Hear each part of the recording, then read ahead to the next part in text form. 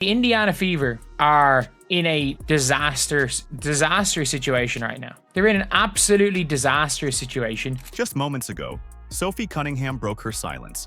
And what she spilled about the Indiana Fever locker room should have every Caitlin Clark fan out there seriously worried. Sophie Cunningham goes in the post-game press conference and confirms what we've all known all along. We've kind of wavered a little bit on that. We have our own islands. This locker room is split, and she uses the term different islands going on in this locker room. Sophie literally says there's a little thing going on in the locker room. That's not good.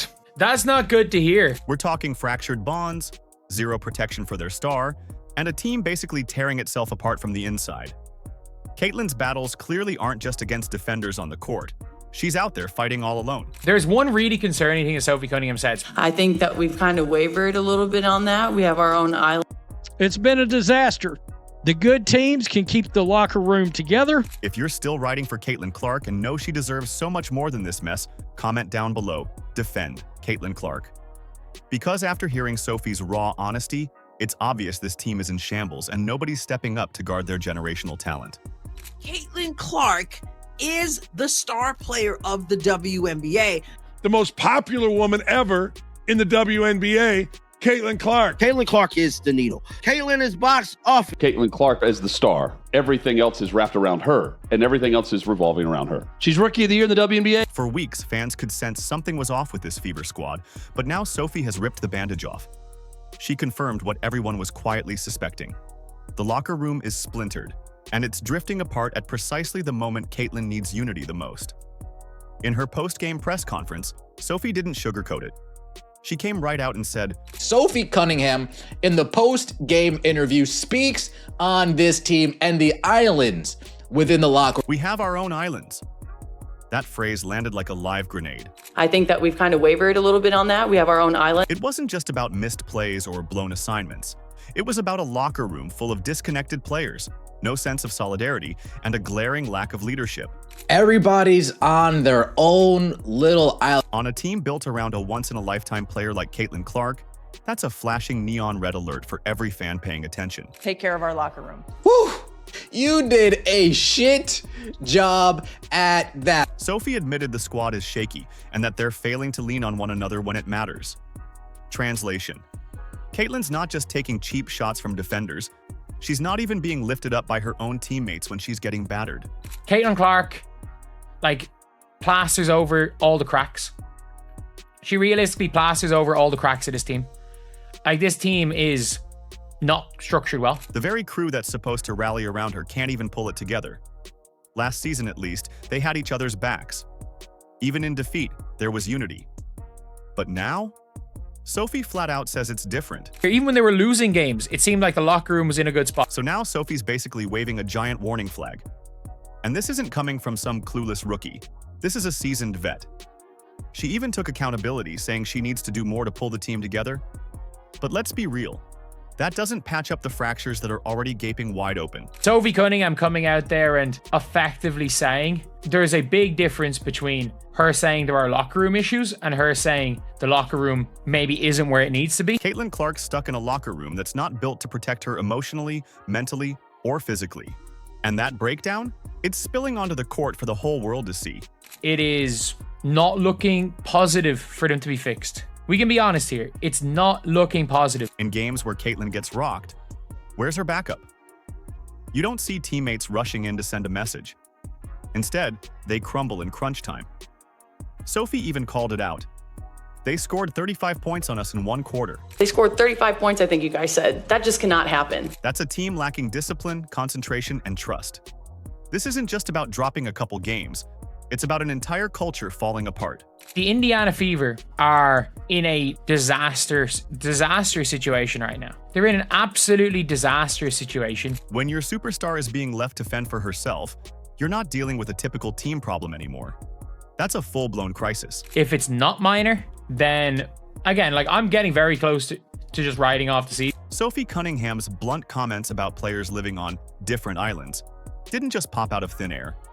They're the direct fallout from months of chaos, questionable roster moves, and a front office that seems clueless about how to protect the one player who actually matters, Caitlin Clark. And a ton of this drama traces straight back to DeWanna Bonner and Natasha Howard. Let's get one thing clear. Bonner wasn't brought in as just another roster piece. Whose idea was it to bring these old dinosaurs and put them on this roster, starting with DeWanna Bonner? She was handed a max contract by the Fever in the offseason. Still one of the strangest moves fans and analysts have seen. Sure, Bonner had experience, but she came with plenty of baggage. And for all her veteran clout, the immediate impact was tension, not leadership. Some insiders are even hinting that her abrupt exit wasn't only about her awful shooting. It was about salvaging whatever team unity was left. One of the fractures was a DeWanna Bonner group off to the side. One analyst flat out questioned, did the Fever finally decide they needed her out to keep the locker room from completely fracturing?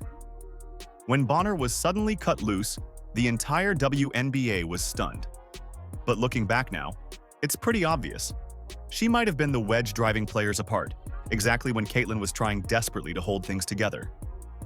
Then there's Natasha Howard, who might be an even bigger puzzle and a bigger liability. Fans and content creators alike have ripped into her for her lack of urgency, iffy effort, and bizarre off-court antics. In a recent game, she literally showed more concern for an opponent's well-being than her own teammates. Tasha Howard decides that she'd rather 11. She'd rather rub up on Ezzy Magnabor's leg. Even when Caitlin Clark got sent sprawling after a hard foul, Natasha just stood by, stone-faced, showing zero reaction, zero protection, absolutely nothing. Anytime Caitlin Clark's been knocked to the ground, anytime Aaliyah Boston's been punked, anytime Lexi Hull's been beat up, Sophie Cunningham's been beat up, any more concern about somebody on the other team than from her own team. Meanwhile, she's quick to check on rival players, but barely lifts an eyebrow when Caitlin gets decked, or Aaliyah gets hammered, or Sophie gets smacked around. It's not just awkward, it's downright humiliating. And still, despite all that, Howard keeps raking in major minutes while players like Sophie Cunningham, who actually give a damn, get left watching from the bench. Even worse, fans are convinced this loyalty to Howard is pure politics, stemming from Stephanie White, the head coach, who coached Howard back in Indiana years ago. It's not about who earns it, it's about who knows who. And that's where you really start to see the damage. By clinging to vets who aren't bought in and shoving out players who were, the Fever torched their own chemistry. Now the locker room has splintered into literal camps.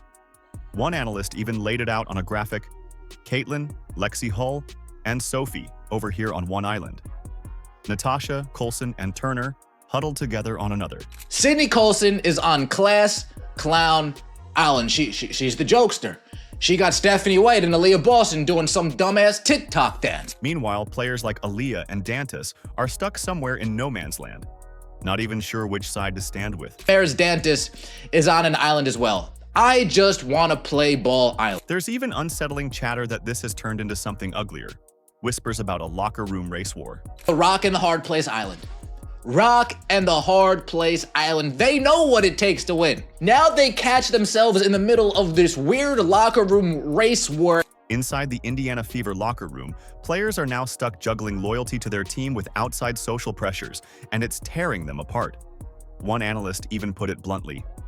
They want to play for Caitlin, but something else is pulling them back, and it's got nothing to do with basketball. When that kind of internal split festers, it doesn't just pop up in tabloid stories. It wrecks entire seasons. Think back to last year's Fever team. Sure, they lost games, but they did it together. They still had heart, they still had a bond. That bond is nowhere to be found this season. With no Erica Wheeler or Temi Fagbenley, veterans who were like glue last year, the Fever have nobody to step up and keep that locker room in check. Instead, the front office loaded up on big-name players and social media darlings. And what did it get them?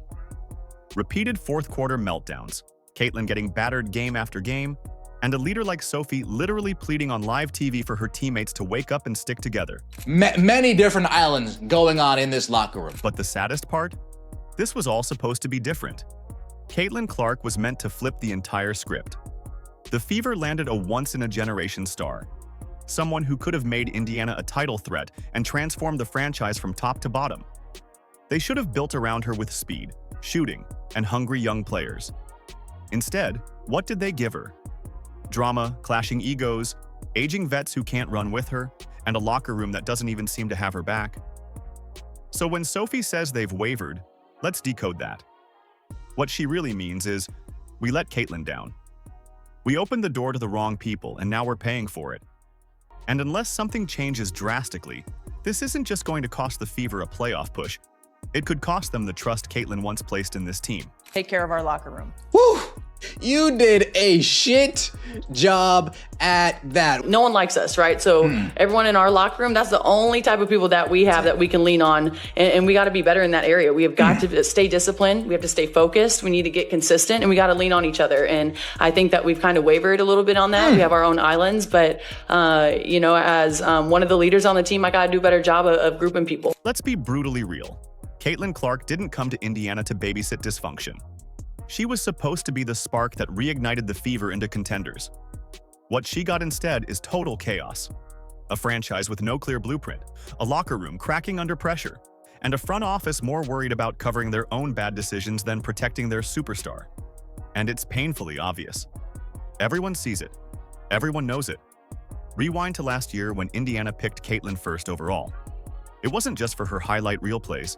It was because she brought something nobody else could. Hope. She's the most watched women's player ever, the bright face of a new WNBA era. WNBA rumors suggest Caitlyn Clark will be among the first stars making $1 million annually. The most notable of which is, y'all already know who, the needle mover, Caitlyn Clark. So in 2024, she averaged 16.5 points per game, 4 assists, 5.5 rebounds. She shot 37% from the field and 31.8% from three. Now, if you look at her preseason in 2025, she only played 2 games in this preseason, and one was against that Brazilian national team. She played 21 minutes. She averaged 14.5 points, 6 assists, 6 rebounds. She shot 52.5% from the field and 50% from three-point range. That was Indiana's golden ticket to revive not only their own brand, but to lift the entire league. So what did they build around her? A clunky system, a divided locker room, and teammates who literally stand still as she's being hacked to the ground. Stephanie White is, in fact, trying to turn the Indiana Fever into last year's Connecticut Sun. And let's be crystal clear. This lack of protection is more than just figurative. It's physical. Game after game this season, Caitlyn Clark has absorbed brutal hits, elbows, and blindsides. And every time, while fans lose their minds and cameras catch the carnage, her own teammates just stare. Nobody steps in. Nobody checks the refs. Nobody makes it clear you can't keep doing this to their star. An analyst even highlighted how Natasha Howard seemed more worried about an opponent's twisted ankle than when Caitlyn was laid out clutching her ribs. That sums it all up. This is deeper than missed switches or sloppy coaching. This is about a toxic culture failing the very player they promised to build around. This team is slow, small, and not aggressive, outside of Caitlyn Clark. Now, let's drag Stephanie White into this because it needs to be said. She was handed the keys to a Ferrari, Caitlyn Clark, and somehow decided to drive it like a rusty lawnmower. Her system, if you can call it that, it's slow, stiff, outdated, stuck in the old WNBA blueprint that relied on slogging through possessions and grinding out offense in the half-court. Meanwhile, Caitlyn's entire DNA is built on speed, creativity, and dropping bombs from the logo. Instead, White's offense often strands her at the top of the arc, dribbling while teammates toss up contested junk with a half-shot clock left. We're now stuck with vomit basketball for multiple years, and we're going to see increasingly declining WNBA ratings. Multiple analysts have ripped it to shreds, dubbing it puke ball. One even joked that after the Olympics, Indiana took the league's best defense and handed it to a coach who runs the worst offense imaginable. That's not just questionable strategy. That's sabotage. Caitlyn's Iowa days were all about pushing pace, spacing the floor, and letting her run wild. Now, she's reduced to passing the ball and standing still, hoping the scheme eventually coughs up a decent shot. The rare times she and Aaliyah Boston actually run pick and rolls, literally the only moments this offense looks unstoppable, it somehow gets shut down by the next possession. You can see it clear as day.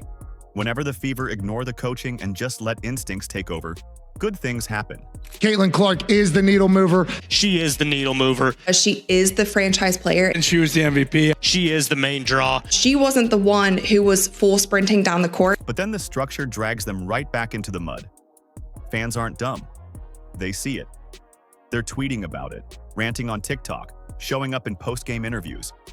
Even Caitlyn's face says it all. She's exhausted, battered, clearly disappointed, still professional, but increasingly isolated. She was sold on a team ready to chase rings. What she got was a locker room with fractures everywhere, a stale coach clinging to outdated schemes, and a front office basically taking a nap. Amber Cox and Kelly Krauskopf, you frauds.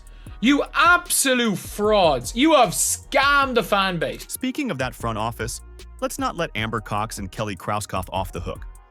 Fans are torching them online, saying they're hiding behind Stephanie White like Bart Simpson, blending into the bushes while their coach takes all the heat. But let's be honest, this mess is their doing. They didn't scout overseas talent. They didn't sign players who could actually complement Caitlyn's style. They didn't load up on speed, shooters, or defense. Instead, they went for splashy PR deals and let social optics outweigh real basketball sense. While the Liberty and Aces were hoarding young stars from around the world, Indiana was busy handing fat contracts to over-the-hill names for a few headlines. Other teams were building specifically to highlight their superstars' gifts. Meanwhile, the Fever basically threw Caitlyn into a dumpster fire and crossed their fingers she'd magically pull them out. Caitlin Clark effect seems to be crazier than year one. I love watching her score and just everything about her. They went the extra mile just to watch her play here. This is great news for women's basketball, period. Caitlin Clark is the GOAT. She signed my jersey. So happy, I'm crying. I'm so happy. This is the best day ever. But here's the wildest part. Even with all this dysfunction, Caitlin Clark has still outperformed every reasonable expectation. She's leading the league in assists, smashing viewership records, handling media storms with grace, and somehow dragging this franchise forward on sheer willpower. She's evolved her game, stayed classy when others took cheap shots, and kept competing even when the teammates around her didn't match her energy. She's literally carried this team on her back. But even the strongest backs eventually give out. If the Fever don't get serious, if they don't start making decisions that build with Caitlyn instead of dumping every burden on her shoulders, this won't just be a bad season. It'll be the tragic implosion of one of the most promising eras the WNBA ever had. Caitlin Clark is a rising star in women's basketball. She's pulling in crazy viewership numbers. She's my role model. I really look up to her. Why do you like Caitlin? And she's so good at basketball. Because she's that awesome person and she has like a lot of aura. So yeah, Sophie Cunningham didn't just drop a spicy quote. She blew the lid off the truth. The Fever locker room is fractured, and their utter failure to stand up for Caitlin Clark, on the floor and off, is no longer rumor. It's undeniable. But here's the difference with Caitlyn. Even in a broken system, even when the chemistry's shattered and the hits keep piling up, she still shows up, leads, competes, and keeps inspiring. But she can't keep doing it by herself. The front office has to wake up. The coach needs to evolve. And every player in that locker room needs to decide, are they building something legendary or squandering the chance to make history? If you're still riding for Caitlin Clark and know she deserves so much more than this mess, comment down below, defend Caitlin Clark. Let the Fever, the fans, and the entire WNBA world hear it. Caitlin Clark deserves so much better. Like, subscribe, and turn on all notifications so you never miss out. Click the video on the screen, and we will see you in the next one.